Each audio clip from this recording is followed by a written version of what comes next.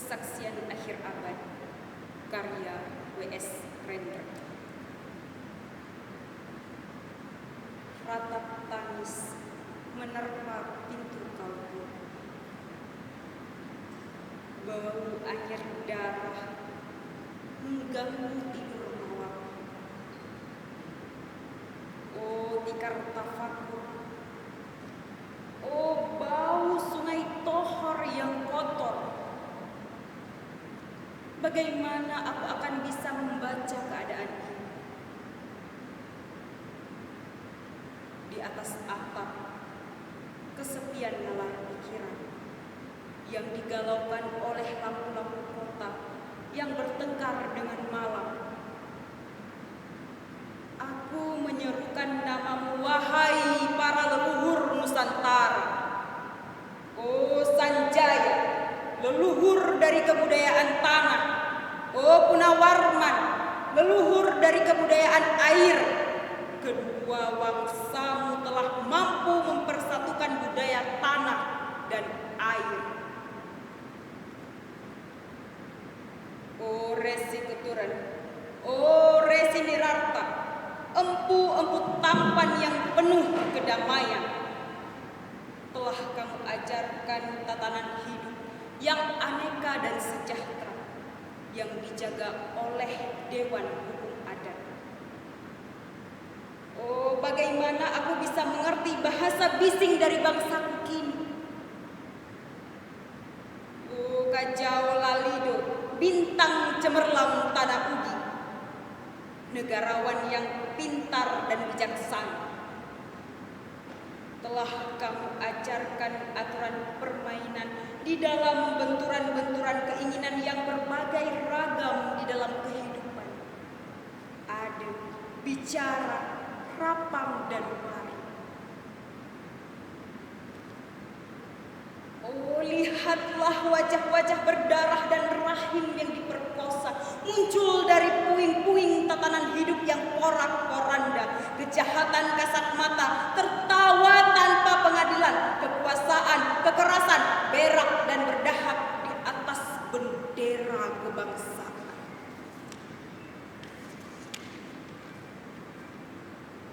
Oh, anak cucuku di zaman cybernetik, bagaimana akan kalian baca prasasti dari zaman kami? Apakah kami akan mampu menjadi ilham kesimpulan, ataukah kami justru menjadi sumber masalah di dalam kehidupan? Dengan puisi ini aku bersaksi bahwa rakyat Indonesia belum merdeka. Rakyat yang tanpa hak hukum bukanlah rakyat merdeka. Hak hukum yang tidak dilindungi oleh lembaga pengadilan yang mandiri adalah hukum yang ditulis di atas air. Bagaimana rakyat bisa merdeka bila polisi menjadi aparat pemerintah dan tidak menjadi aparat hukum yang melindungi hak warga negara? Bagaimana rakyat bisa merdeka bila birokrasi negara tidak menjadi aparat rakyat, melainkan menjadi aparat pemerintah yang berkuasa?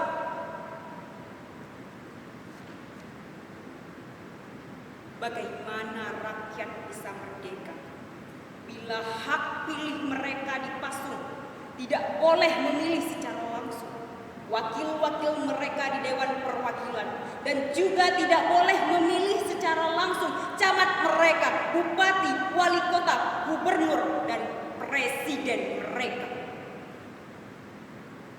Dan partai-partai politik menganggap rakyat hanya abdi partai yang dinamakan massa partai, kaula partai, atau hamba partai.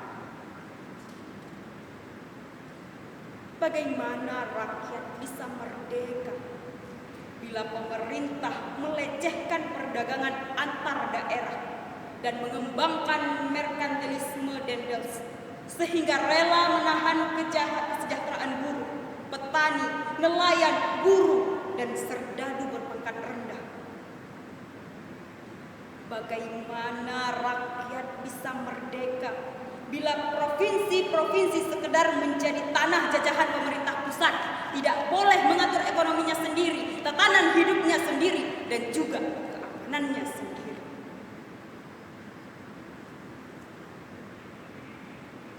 Ayam, serigala, macan ataupun gajah, semuanya peka pada wilayahnya.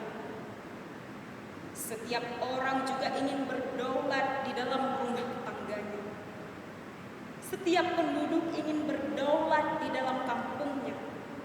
Dan kehidupan berbangsa tidak perlu merusak daulat kedaerahan.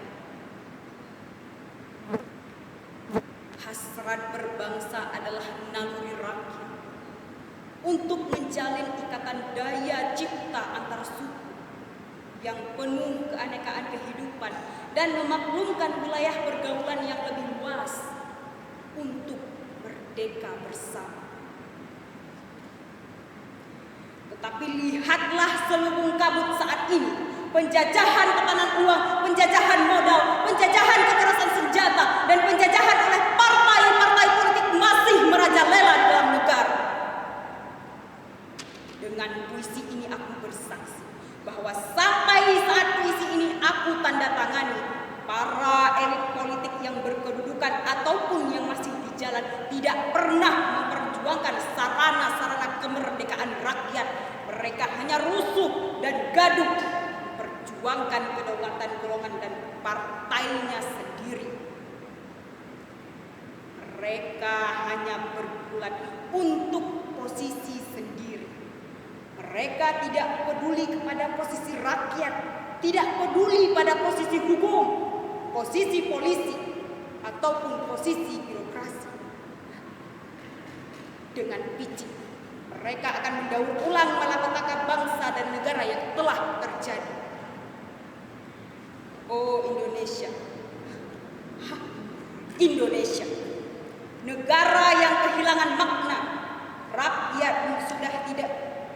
Rakyat sudah dirusak azas tatanan hidupnya, berarti sudah dirusak dasar peradaban, dan akibatnya dirusak pula kemanusiaannya. Maka sekarang negara tinggal menjadi peta. Itu pun peta yang lusuh dan hampir sobek pula. Pendangkalan kehidupan bangsa telah terjadi.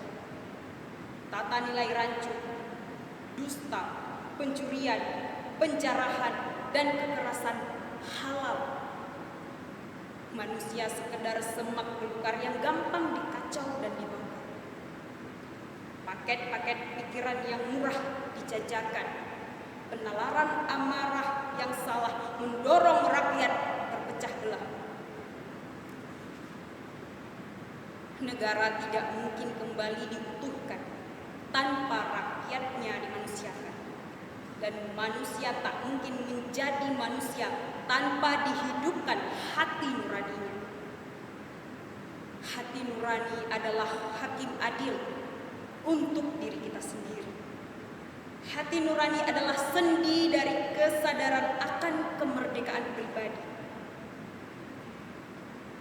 Dengan puisi ini aku bersaksi bahwa hati nurani itu meski dibakar tidak bisa menjadi abu.